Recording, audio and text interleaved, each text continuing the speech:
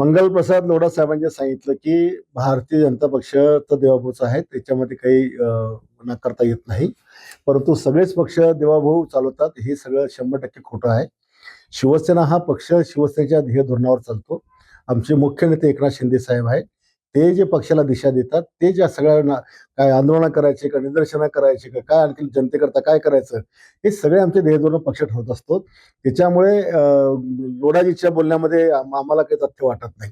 ते त्यांनी त्यांच्या प्रेमापोटी केलेलं वक्तव्य असावं. मुंबईत भाजपचा महापौर झाल्यावर आपली कॉलर टाईट होणार आणि शेजारचा मुलगा किती सुंदर असला तरी आपल्याच मुलाला कडेवर घेतलं जातं.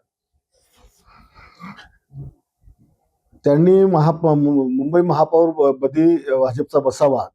शिवसेना भाजप युती म्हणजे आमची शिवसेना त्यांची युती असेल तर निश्चितपणे त्यांच्या जागा जर जास्त आल्या तर महापौर त्यांचाच होऊ शकेल. आमच्या जागा जर जास्त आल्या तर आमचा होईल.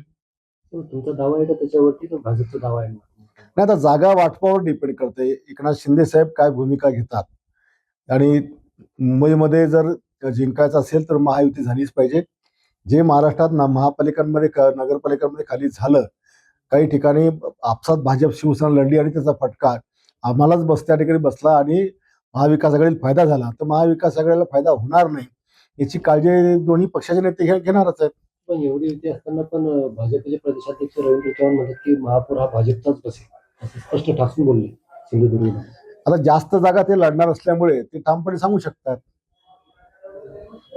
आपला दावा राहील का? आता आमच्या जागा आम्ही किती लढवतोय, कारण अद्यापर्यंत तर काही आपला शिवसेनेचा महापौर होईल असं काही वक्तव्य आमच्या पक्षाच्या नेत्याकडून आलेलं नाहीये. पण जर समजा काही महायुती नाही झाली तर मग आम्ही पण आमचा महापौर करूच. भाऊ, कुंभमेळ्याच्या पार्श्वभूमीवरती तपोवनमधील असंख्य म्हणजे हजारो वृक्षतोड होणार आहे. आज शिवसेनेच्या वतीने एक आंदोलन करण्यात आले. ते झाडं तोडावे का नाही तोडावे आणि तुमची भूमिका काय? नाही, कुंभमेळ्यासाठी इतक्या मोठ्या जागेत म्हणजे झाडांचं वृक्ष तोडणं, मला वाटते त्या झाडांशी अनेकांशी आस्था जोडलेली आहे, अनेकांची भावना त्या ठिकाणची आहे आणि म्हणून आस्थेचा भावनेचा विचार केला गेला पाहिजे.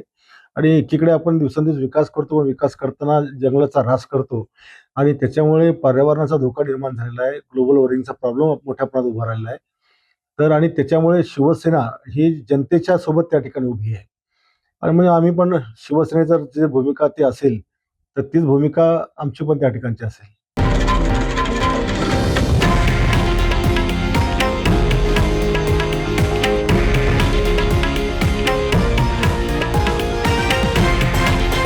हे आहे देशातील नंबर 1 न्यूज नेटवर्क आणि आपण पाहत आहात TV9 मराठी, एकमेव.